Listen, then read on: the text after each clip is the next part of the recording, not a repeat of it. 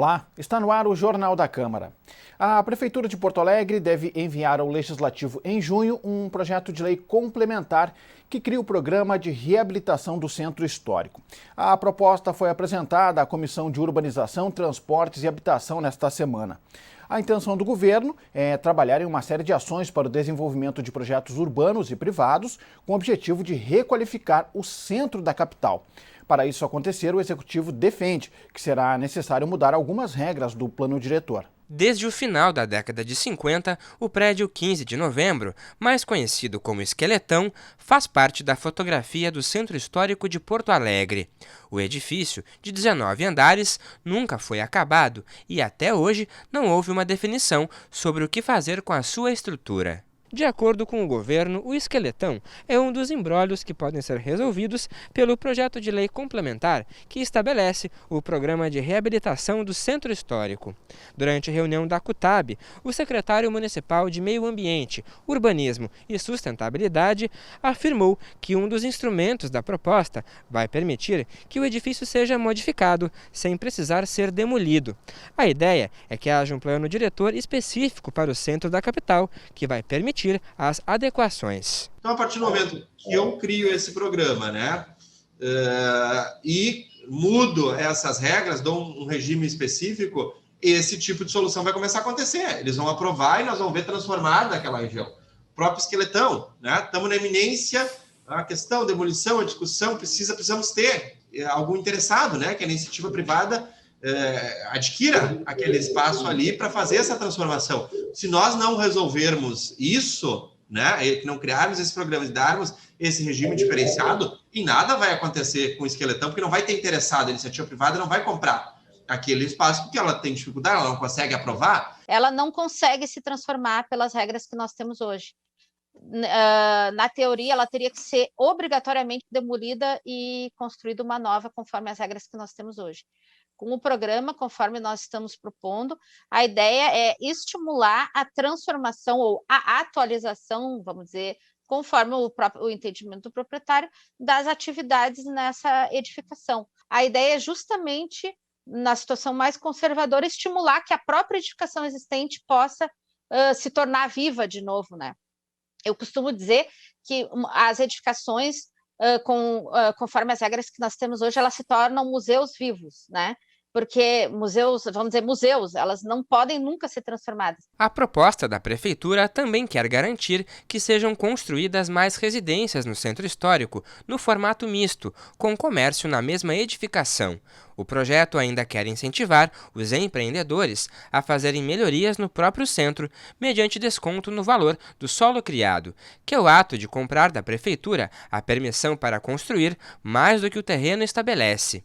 O presidente do Instituto dos Arquitetos do Brasil no estado disse que é favorável às melhoras, mas salientou que é preciso de mais estudos técnicos para as alterações. Eu me pergunto com base em que dados está sendo feito isso, de oferta e demanda, por exemplo, de trabalho. Nós vamos trazer as pessoas para o centro, elas vão estar mais próximas do trabalho. Mas foi feita uma análise de oferta e demanda, principalmente frente a todas as incertezas que nós temos, frente aos impactos que a pandemia, de fato, pode vir a trazer sobre operações comerciais no centro. E aí, fachadas ativas. Me pergunto assim, uma das premissas do programa não é justamente que nós vamos ter um esvaziamento do comércio no centro? E nós vamos estimular mais comércio? Será que nós vamos conseguir estimular esse maior comércio no centro? A questão da habitação de interesse social. Me preocupa que uma das contrapartidas é nós vamos dar descontos para a habitação de interesse social de 0 a 3. Acho pouco. Acho que para 0 a 3 tem que ter isenção de contrapartidas e talvez descontos de 3 a 6. Cadê as outras faixas atendidas nesse programa? Cadê o uso dos prédios públicos, dos edifícios públicos no centro, para trazer, de fato, habitação de interesse social? Conforme a diretora de Planejamento Urbano da Secretaria de Meio Ambiente, a habitação de interesse social será estimulada por meio de incentivos como o solo criado e destinação de contrapartidas específicas para moradias sociais. Proponente da reunião, o vereador Cassiá Carpes, do Partido Progressista, questionou se existem ações mais rápidas para melhorar o centro da capital. Nós sabemos que o plano diretor, como foi dito, ele vai se prolongar, esse debate do plano diretor, até praticamente ao final do governo Mello. Tá? Mas devido à degradação do centro, o que será feito agora? E eu concordo plenamente que sem iniciativa privada vocês não vão fazer aquilo que está planejado. É muito importante que quando se fizer as parcerias privadas, que as pessoas, quando elas vão fazer as parcerias, elas tenham a segurança jurídica, que não vão ficar empacadas no quesito da burocracia, né? Que elas tenham a liberação para que elas possam não somente usufruir, mas também poder fazer aquilo que é necessário ser feito. Nós já temos, só para ter uma ideia, nós temos várias propostas que batem aqui de transformação do centro histórico, de reciclagem de uso, de exemplo, né? Eu quero mudar ali a garagem em Mauá, tem uma proposta ali para a garagem em Mauá, e eu quero colocar residencial, né? O empreendedor, eu quero colocar residencial junto ali, quero subir um pouquinho mais, embaixo botar umas lojas, né? A garagem eu vou reduzir ali, porque não tem mais sentido. No entanto, eu não consigo, né? O empreendedor ele não consegue fazer isso porque as regras atuais impedem. Nas próximas semanas, uma audiência pública sobre o projeto deve ser feita antes da proposta chegar à Câmara Municipal para votação. A expectativa do governo é que a matéria seja apreciada pelos vereadores em junho. Os desafios para o incremento de ações voltadas para os setores do esporte, lazer e juventude em Porto Alegre foram debatidos nesta terça-feira no Legislativo da capital. As iniciativas e carências da pasta responsável por estes segmentos no município pautaram reunião da Comissão de Educação. O secretário e demais representantes da pasta salientaram aos vereadores da comissão e à sociedade civil as dificuldades enfrentadas pela falta de recursos e pediram apoio do Legislativo. Nós temos um orçamento muito pequeno, temos ainda um problema estrutural nesse início de trabalho, que é a transferência e a montagem de toda a equipe por exemplo, de orçamento, de finanças, todo o setor administrativo está sendo reconstruído, e isso faz com que as nossas dificuldades sejam bastante grandes, mas também temos muitas questões para comemorar, né? Vamos abrir uma conferência municipal do esporte, estamos conseguindo fazer um debate muito profundo com a comunidade esportiva, mas desde o início a gente viu que a gente precisa muito da ajuda do parlamento, né? A presidente da comissão, vereadora Fernanda Bart, também reforçou a necessidade de apoio do parlamento às iniciativas da secretaria. Mas é uma secretaria que está recém se reconstruindo, né? É uma secretaria que está sem orçamento, então está precisando demais da ajuda dos vereadores, porque as nossas comunidades, os nossos jovens, eles precisam sim de espaço de esporte e de espaço de lazer. O vereador Giovanni Bill, autor da emenda que recriou a secretaria, trouxe ao debate os impactos da pandemia na juventude. Nós temos um grande desafio com a população de Porto Alegre, e o esporte, eu acredito que vai ser uma das diferenças nesse momento, né, que a gente vai viver de retomada. Talvez a gente vá sentir o baque dessa pandemia daqui a 10, 15, 20 anos, porque essa geração viveu algo que a nossa geração não viveu. Na ocasião, também foram debatidas questões ligadas à tecnologia, segurança alimentar e esporte. A proposta de criação de um novo espaço para atender a crianças e jovens da capital também foi apresentada pela secretaria. A previsão é de que os trabalhos sejam abertos ao público a partir do segundo semestre. Nós conseguimos captar junto ao governo federal, através da Confederação de Skate, um projeto educativo para 480 adolescentes da nossa cidade de Porto Alegre. Um dos núcleos será no Parque Chico Mendes, para atender em torno de 240 crianças e adolescentes de 6 a 17 anos, e mais 240 adolescentes no bairro Restinga. A presidente da SESI sugeriu que a equipe da secretaria envie à comissão uma lista de demandas prioritárias. A partir do documento, os parlamentares da SESI devem visitar os espaços destinados ao esporte, lazer e juventude. Fernanda Bart propôs ainda que, com as informações, a comissão mobilize uma frente em busca de recursos para o setor junto aos demais parlamentares. A manutenção do nível médio nas escolas municipais Emílio Meyer e Liberato Salzano voltou ao debate no Legislativo da capital. Desta vez, o tema foi tratado na Comissão de Economia e Finanças. O Executivo garantiu que quer dialogar com a comunidade escolar e os parlamentares da comissão deverão solicitar mais informações à Prefeitura sobre os critérios para o fechamento das turmas. De forma virtual, a CEFOR recebeu e ouviu as direções dos 2 únicos colégios que ainda oferecem turmas de nível médio em Porto Alegre. Para a diretora da escola Emílio Meyer, que fica no bairro Medianeira e atende boa parte dos estudantes da Zona Sul, a manutenção do ensino médio é essencial para o processo educacional daquela região. São escolas cheias de projetos, né, que formam professores também para a nossa rede, porque são escolas que têm curso de magistério.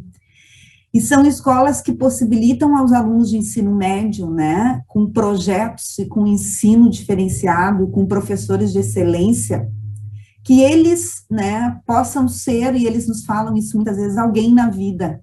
Então, não pode se destruir, né, o conhecimento, uma escola, fechar uma escola simplesmente e deu. Já na zona norte da capital, a escola Dr. Liberato Salzano Vieira da Cunha, no bairro Sarandi, tenta manter viva uma tradição, onde o aluno entra no nível infantil e fica no mesmo colégio até a conclusão do ensino médio. Nesta pandemia, nós mantivemos a escola aberta com a direção da escola, atendendo a comunidade aqui no portão, e não teve um dia que não tenha vindo alguém perguntar sobre o ensino médio. Né? E a gente tendo que dar a resposta que não poderíamos abrir a vaga, a não ser que já tivesse sido aluno da escola. Então, hoje, a realidade do Liberato é a seguinte: nós estamos atendendo uma turma com 11 alunos do ensino médio, sendo que temos professores, salas, né, o espaço físico e a excelência do trabalho nessa área, e atendemos 11 alunos porque não pudemos matricular outros. Representando o Poder Executivo, a secretária adjunta de Educação do município se limitou a escutar as manifestações e registrar as solicitações feitas pela comunidade escolar. Em Porto Alegre, uma portaria publicada ainda na gestão passada impede novas matrículas no ensino médio municipal. Segundo o Conselho Municipal de Educação, a Prefeitura deveria ter entregue um relatório que comprovasse a falta de demanda da comunidade escolar para o fechamento das turmas de nível médio. Conforme o Conselho, ao não entregar nenhum tipo de análise nesse sentido, o Executivo não cumpriu os protocolos técnicos e legais para justificar o cancelamento da oferta de vagas. Cabe à ISMED comprovar esta inexistência de demanda na região. E a justificativa tem que ser encaminhada ao Conselho pela ISMED, mas tem que ser encaminhado junto dessa solicitação de cessação atas da Assembleia da Comunidade Escolar, atas da mesa do Conselho Escolar, explicitando e comprovando os motivos dessa cessação e a posição da comunidade que concorda com essa cessação. Ainda, a indicação de alternativa aos familiares responsáveis pelo atendimento a cada etapa suspensa. Como encaminhamento, os parlamentares irão solicitar uma reunião com o atual prefeito da capital. Líder do governo na Câmara, o vereador Idenir Sequim garantiu que já conversou com Sebastião Melo e que o prefeito está disposto a dialogar com a comunidade escolar. Além disso, os participantes da CEFOR decidiram usar os critérios do Conselho Municipal de Educação para questionar a Prefeitura sobre o encerramento das atividades de nível médio nestas 2 escolas. Na Comissão de Saúde e Meio Ambiente, ficou definido que o encontro da próxima semana vai tratar sobre os desafios da enfermagem, em alusão à Semana da Enfermagem, que ocorre de 12 a 20 de maio. Já a Comissão de Constituição e Justiça vai debater na próxima terça-feira o projeto do Pacto Alegre. E a Câmara da Capital aprovou o projeto de lei que prevê a disponibilidade pela Secretaria Municipal de Saúde de medicamentos para o tratamento de pacientes com sintomas da Covid-19 que possuam orientação médica com prescrição. Facilitar o acesso das pessoas mais vulneráveis aos medicamentos e protocolos de tratamento que possam auxiliar no combate aos sintomas da Covid-19. Conforme os autores da proposta, esse é o principal objetivo do projeto que foi aprovado na 40ª sessão ordinária de 2021. As vereadoras Comandante Nádia e Fernanda Bart são autoras da matéria, juntamente com outros parlamentares. O médico ele tem total direito de prescrever a medicação que ele achar melhor, desde que em conjunto com o paciente. E é isso que o projeto defende, que se o médico prescreveu o remédio, ele esteja acessível e possa ser entregue pela farmácia de forma gratuita. Se a pessoa quiser tomar o remédio, o médico prescreveu o medicamento, a prefeitura tem a obrigação de ter o remédio disponível para entregar. E principalmente para as pessoas mais vulneráveis, que não têm condições de adquirir o medicamento. Nós sabemos de casos de pessoas que morreram porque não tiveram acesso ao medicamento gratuito. De um lado dessa discussão, as vereadoras autoras do projeto defendem a liberdade de prescrição dos medicamentos com base na relação entre o médico e o paciente. Do outro lado desse debate, a bancada de oposição acredita que esse modelo de distribuição de toda e qualquer medicação pode trazer prejuízos à saúde da população da capital gaúcha. Nós, da esquerda, sempre fomos contrários ao famoso kit Covid ou tratamento precoce, porque ele não é reconhecido pela comunidade científica e nem pela Anvisa. Nos causa surpresa à medida que um grupo de vereadores da base do atual governo apresenta um projeto de lei autorizando a Secretaria Municipal de Saúde e ao médico prescrever esses medicamentos. Não pode, está proibido. Ele não tem comprovação científica de eficácia, por isso ele não foi reconhecido pela Anvisa. O projeto pretende flexibilizar o atendimento e aumentar a oferta de medicamentos, desde que possuam a devida prescrição médica. Uma emenda que também foi aprovada obriga a formalização por escrito da concordância do paciente, garantindo o entendimento legal do Superior Tribunal de Justiça. Durante o encontro, que ocorreu de forma híbrida no plenário Otávio Rocha, 10 vereadores se manifestaram contra o PL. 23 parlamentares foram favoráveis à matéria, garantindo a aprovação da proposta. Não tem em nenhum momento no projeto dizendo e prescrevendo algum tipo de medicação, até porque nós entendemos que nenhum dos vereadores é médico.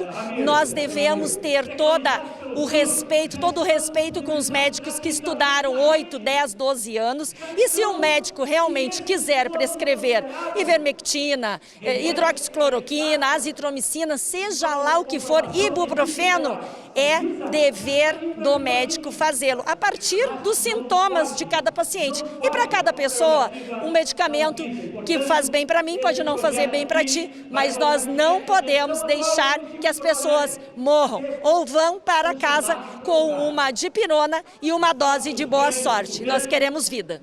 A gente está sofrendo muito com a pandemia e, infelizmente, ainda não tem um tratamento precoce. O que previne, de fato, é a vacinação, que precisa se acelerar cada vez mais aqui na nossa cidade.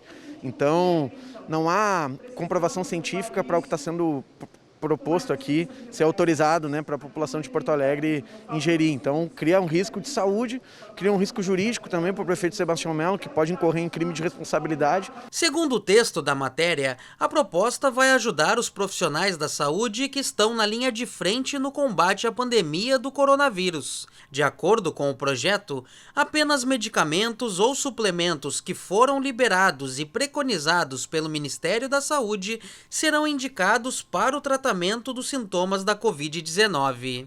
E o Legislativo também aprovou a criação de 4 novas frentes parlamentares. As frentes parlamentares para o desenvolvimento do futebol feminino e de incentivo ao futebol de várzea foram propostas pelo vereador Cassiá Carpes, do Partido Progressista.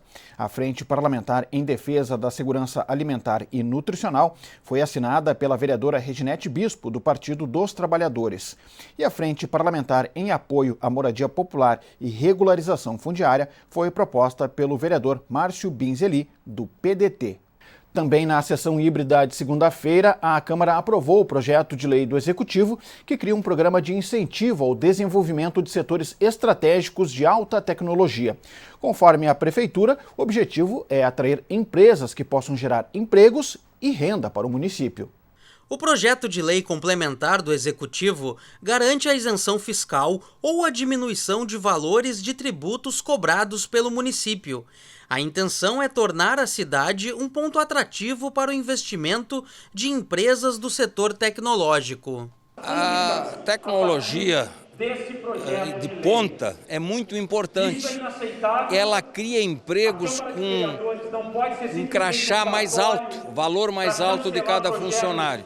Nós não podemos deixar que Porto Alegre perca as empresas para municípios vizinhos, porque se o município vizinho cobra 2%, Porto Alegre 5%, as empresas vão para lá. E nós queremos que fiquem em Porto Alegre, as empresas e os empregos. Conforme o texto da matéria, o projeto cria o chamado Programa Creative, que prevê uma alíquota de 2% de ISS para as empresas de base tecnológica e instituições de ciência e tecnologia que se instalarem em Porto Alegre por uma década, com possibilidade de renovação pelo mesmo período de 10 anos. Atualmente, a capital gaúcha recolhe 5% de imposto sobre serviços. O valor global da renúncia fiscal anual do município, decorrente do programa Creative, terá como limite prudencial o valor correspondente a 3% da arrecadação do ISS no ano anterior. Na sessão híbrida desta segunda-feira, o projeto foi aprovado com 25 votos favoráveis e 8 contrários. Essa crise econômica ela é além da Covid, né? Ela já vem de mais tempo e a Covid, de fato, aprofundou. Então a gente teria que ter um debate sobre tipos de isenções que nós vamos oferecer, que impacto financeiro isso vai ter na prefeitura, é claro, mas o mais importante é preservar empregos. A gente teria que saber quantos empregos serão criados, quantos empregos serão preservados através dessas políticas e não simplesmente trazer uma redução de impostos, uma isenção, sem nenhuma contrapartida que realmente beneficie a toda a população de Porto Alegre. Nós esperamos que nós tenhamos aumento de recolhimento aos cofres públicos, atraindo investimentos. É impossível tu prever hoje o quanto isso vai impactar positivamente nos cofres da administração da capital, quando nós incentivarmos cada vez mais setores como do desenvolvimento tecnológico, da inovação tecnológica e da inovação social. E em 2021, a Associação Gaúcha de Proteção ao Ambiente Natural completou 50 anos. A data foi lembrada na sessão de segunda-feira, quando a Câmara de Porto Alegre prestou homenagem à Agapan. A atividade na Câmara, alusiva a 5 décadas de atuação da Agapan, foi proposta pela vereadora Lourdes Sprenger. A importância da entidade na luta ambiental foi destacada pelos parlamentares durante a sessão. A vereadora Lourdes afirmou que, além de homenagear, o espaço disponibilizado para a associação no parlamento tem o objetivo de ampliar a visibilidade quanto às pautas ambientais. Quando eu vi que era 50 anos, tu para e faz uma reflexão. Por 50 anos e está em pé uma entidade dessa, que ganhou prêmios internacionais, e nós estamos assim, muito, também em função da pandemia, mas antes eu acho que o meio ambiente decaiu no sentido de relembrar a nossa obrigação. Parou muito esse movimento, ele ficou mais intelectualizado, mais em ambientes menores. Então eu achei por bem trazer para a Câmara Municipal essa homenagem, que certamente ela dá uma visibilidade, ela acorda um pouco. Nós precisamos pensar no meio ambiente, nós precisamos de uma cidade de desenvolvimento, mas nós temos que ter uma medida. Sem medida as coisas vão, tem que ter um contraponto, que são os defensores do meio ambiente. Ao falar em nome da entidade, o presidente da Agapan compartilhou o orgulho que sente de personalidades da associação que ganharam notoriedade internacional, como o ex-presidente José Lutzenberger. Dentre as lutas mais conhecidas da entidade está a travada contra a antiga empresa Borregard, instalada em Guaíba e responsável pelo despejo de dejetos poluentes e de mau odor em meados de 1970. Milanês ainda detalhou outras ações realizadas ao longo de 5 décadas pela associação. A primeira coisa que nós conquistamos para a capital foi o belíssima primavera que nós temos, pois não tínhamos flores na primavera à medida que eram podadas. Fizemos lei de agrotóxicos, a primeira do Brasil é gaúcha, lei de recursos hídricos, a primeira do Brasil é gaúcha. Na Constituição nós conseguimos botar 26 artigos, opiniões da Agapan. Nós viramos referência, porque o único Nobel brasileiro é o José Lutzenberger, nosso primeiro presidente. E a sessão de segunda-feira também foi marcada por homenagem ao Dia das Mães, celebrado no último domingo.